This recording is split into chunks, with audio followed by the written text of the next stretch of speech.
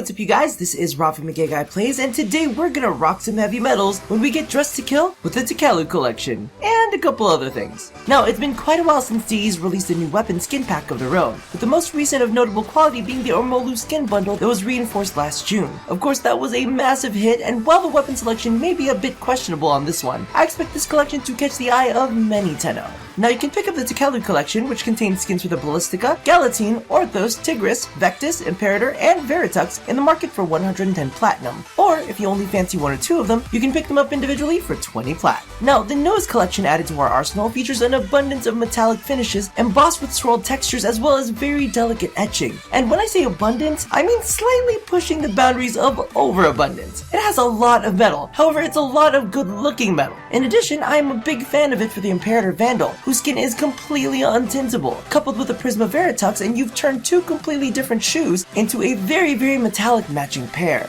I think that my only issue with the bundle itself is the fact that a majority of the items are already primed or are soon to be primed, which all have very sexy skins in their own right, making it a bit difficult to choose between these or the Orokin variation. Now, when it comes to customizations, the primary dictates the base of the weapon, while the secondary governs the inner shading. The tertiary, interestingly enough, makes up the majority of the weapon's metallic base, while the accent tone, which is usually the go-to metallic selector, touches very little of the metal. With that out of the way, let's get dressed.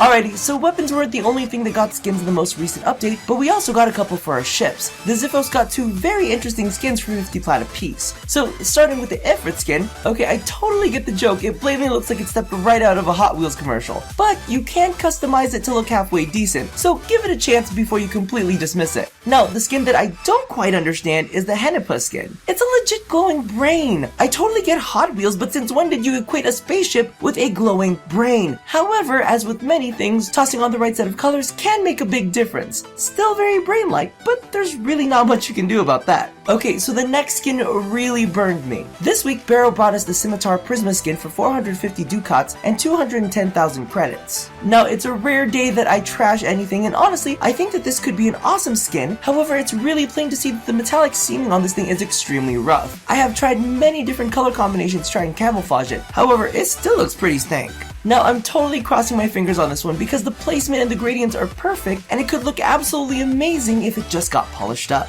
Now, speaking of polishing things up, be sure to check out both the Glade Prime and the Bow Prime, as both have received the PBR treatment. I have been waiting ages for the Glade Prime to be touched, and alongside the release of Prime Fury, I'm ecstatic to play around with it again. And of course, not to be outdone, the Bow Prime also looks absolutely gorgeous, just proving the point that giving your rods a spit shine is always a good thing. So thank you all for watching another episode of Dressed to Kill. Be sure to check out my previous video on the Heliocore, and keep your eyes out for a special surprise coming soon. How soon? I'm not totally sure. Now, don't forget to do all the things that I ask you to do at the end of every one of these, and as always, stay drop dead gorgeous. I mean, that is totally a brain, right? I'm not like mistaking this for something else. It's pretty iconic. Brains look a very specific way. Unless it's like based off of a chestnut, but why would they do that for a landing craft? But then again, the other option would be that they made a brain one, so I guess the concept's kind of fucked either way.